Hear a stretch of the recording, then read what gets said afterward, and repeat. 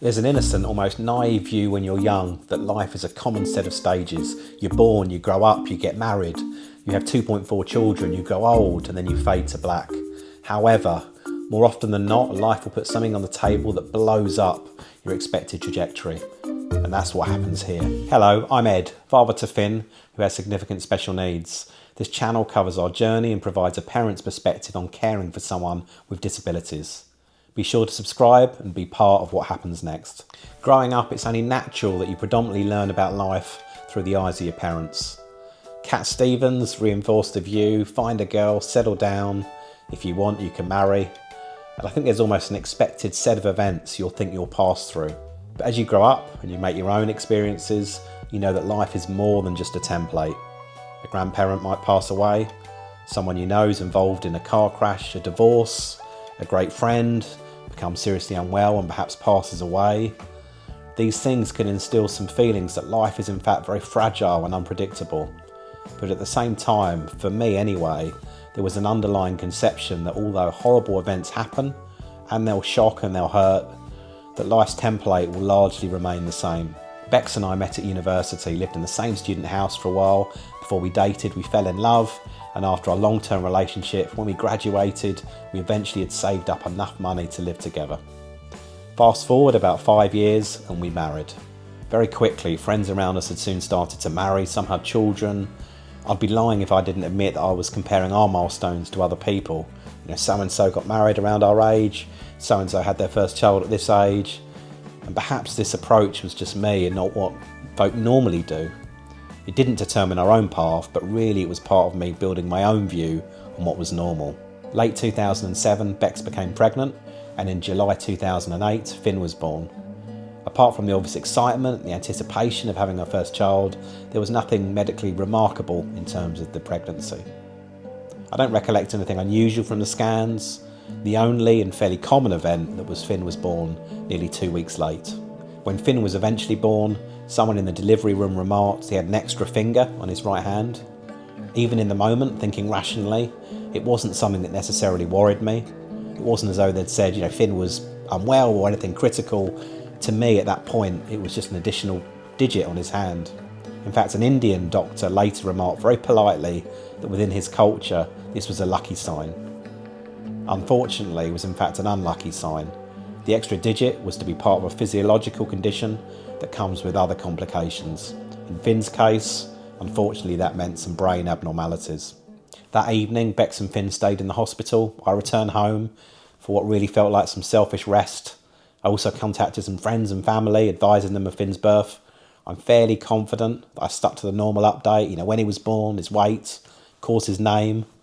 The extra digit I don't think got any airtime whatsoever. The next day I was back in the hospital.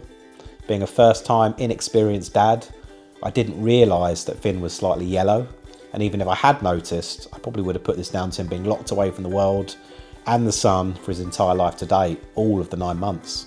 However, as part of the doctor's rounds, the Simpsons glow was identified, confirmed as jaundice, and we realised we wouldn't be making a swift exit home that day.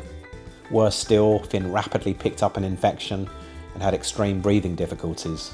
It felt like things happened really quickly. He was moved to the special care baby unit, as we soon referred to it, Scaboo. Essentially, this is one step down in terms of severity from intensive care. Finn was there with Bex for 2 weeks, and I'll be honest, it felt like 2 years. I was perhaps luckiest as I got to go home. I didn't endure the hospital 24 hours a day. And let's be clear, the staff were incredible, professional, and clearly sympathetic of what was happening. I think the issue was us yearning for normality, not being able to spend time at home with our baby boy.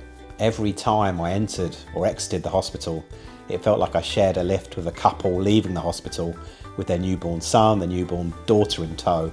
I won't lie, this really hurt. So much so that combined with the stress, the mental exhaustion, a few days in I remember being in the Tesco car park in complete tears, contemplating whether we should plan a form of prison break or hospital break. This wasn't rational thinking. The staff at the hospital needed Finn, they wanted Finn to be there for very valid reasons. He was weighed daily, and until he hit the normal growth pattern, they just didn't want to dismiss him. But eventually it happened, and I still remember the short drive home. It was something I'd rehearsed in my mind perhaps 100 times. We were so happy we carried Finn, all of his gear, up the stairs to our second floor flat.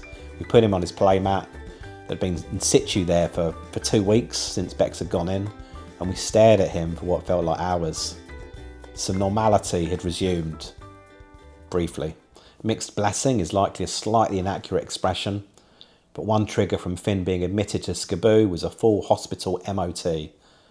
Blood tests, urine tests, scans, the lot. Most of these tests were undertaken when Finn was in hospital, but for whatever reason, an ultrasound was scheduled for a few weeks later.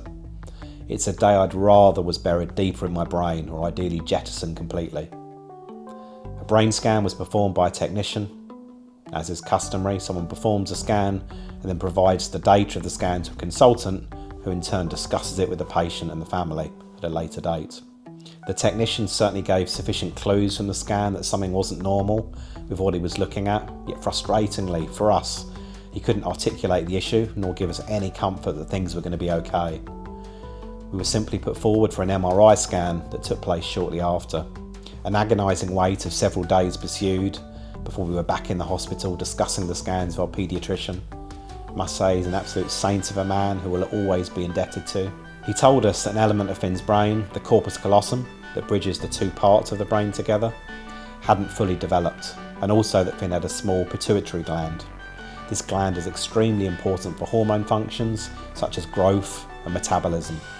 We pleaded with him to explain with us what it would mean, almost and unrealistically wanting him to reassure us that Finn would have a normal life. The doctor articulated well that the path would be clearer as Finn grew up, and from memory the message really struck a fine balance between a level of optimism and also knowing that we were on high alert.